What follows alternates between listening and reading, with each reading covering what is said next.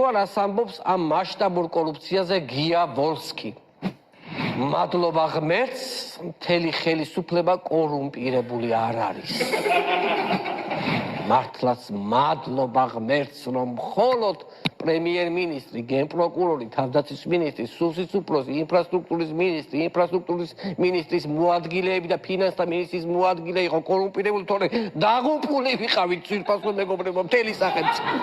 მადლობა ღმერთს, მთელი ხელისუფლება კორუმპირებული არ არის. ვოლსკიმ ამოისუნთქა და მეც ღმერთო ჩემო, როგორი სიმშვიდე დამეუფლა, რომ იცოდეთ ვოლსკის ამ განცხადების შემდეგ, რომ იტყვიან დავწყნარდი. თურმე მთელი ხელისუფლება კი არ ყოფილა კორუმპირებული, სულ რამოდენიმე კაცი. მეტი არავინ.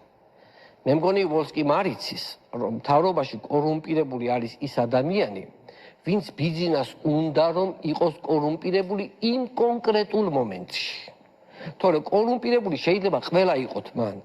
აქ მთავარია ბიძინას როდის მოუნდება რომ კორუმპირებული იყოთ. მიხვდით? ესეთი რაღაცნაირი სიბრძნე გამოვაფრქვია უცებ ესე. კორუფციაზე საინტერესო განცხადება გააკეთა ოცნების პრემიერ-მინისტრმა ირაკლი კობახიძემ და ხოთ რა თქვა მან. დღეიდან გუშინდლიდან მიღებული გადაწყვეტილებებში თუ სადმე ნახავთ კორუფციის ნიშნებს, პირადად ვაგებ პასუხს. მთელი 13 წელი ფულის გახომ გამოწურეს ქვეყანამ. ეგ არაფერი. მთავარია ახლა თუ მოხდება კორუფციაო. ახლა რაღა უნდა მოხდეს?